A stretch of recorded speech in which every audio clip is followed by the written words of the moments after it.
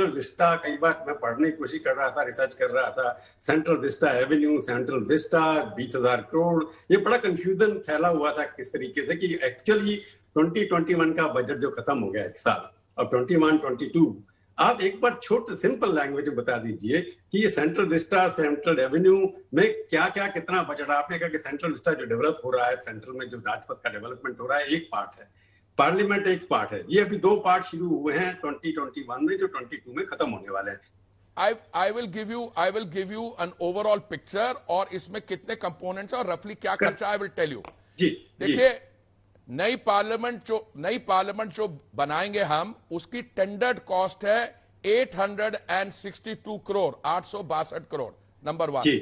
और जो central Vista Avenue है, जिसपे विच राजपथ पे, इंडिया गेट पे जो उसको हम एक्सपैंड कर रहे हैं, उसकी कॉस्ट है 400 करोड़ प्लस 470 करोड़ के करीब exact.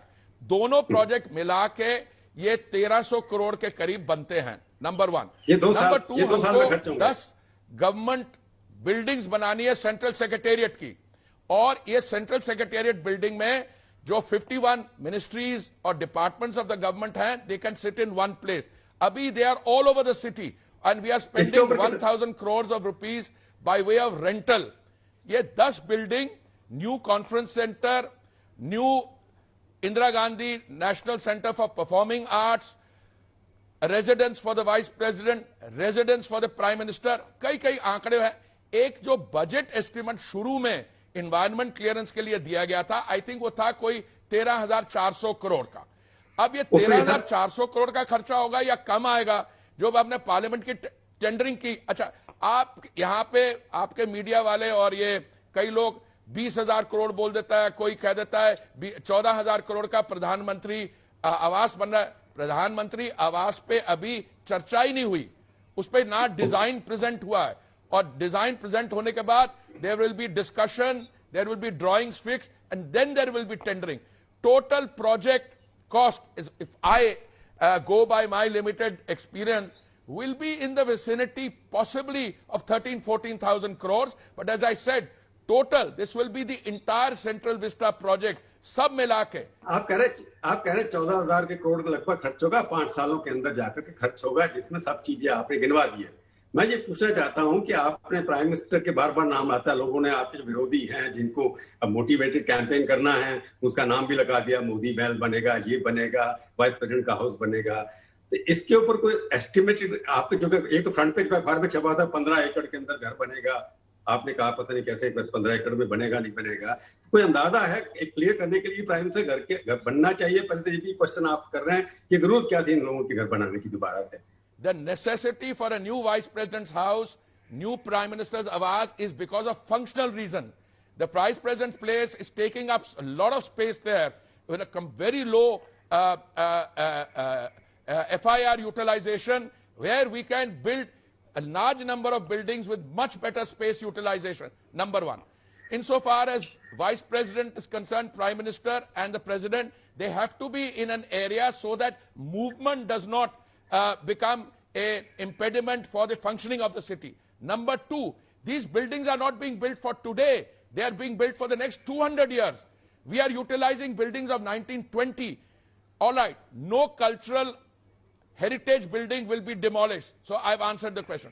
Insofar as Jawahar Bhavan is concerned, you asked a specific question. Let me I'm asking a specific question. Will you demolish Jawahar Bhavan? I am telling you, all Foreign Office and all the government buildings will be in that 10 central building. You know, we had some issue whether the Vayu Bhavan, Nausena Bhavan, army buildings, they will all be together in the defense enclave. MEA or the Foreign Office will also be in those 10. Now your question is whether Jawahar Bhavan, which is a more recent construction, I have answered a question in Parliament and I'm happy to repeat myself. We have not taken a final decision on which all government buildings will be demolished. चलो let us go back to your favourite subjects now, जिसमें ये कि सबसे पहले काम शुरू किया प्रधानमंत्री ने, अच्छे काम शुरू किए, स्वच्छ भारत का काम शुरू किया। स्वच्छ भारत के अंदर कुछ एम्बेसडर अपॉइंट किए थे उस वक्त, वो कई काम कर रहे हैं या वैसे नाम के लिए वास्ते किए थे उन लोगों को? आपने कभी बातचीत की उनसे? फिल्म स्टार हैं, उस 25 फिल्म स्टार हैं, उनको भी आपने झाड़ू पकड़ा दिए थे तब। उनको स्वच्छ भारत का नारा लगा, अच्छा काम करना शुरू किया, फिर बाद में ये एम्बेसडर कहाँ चले गए?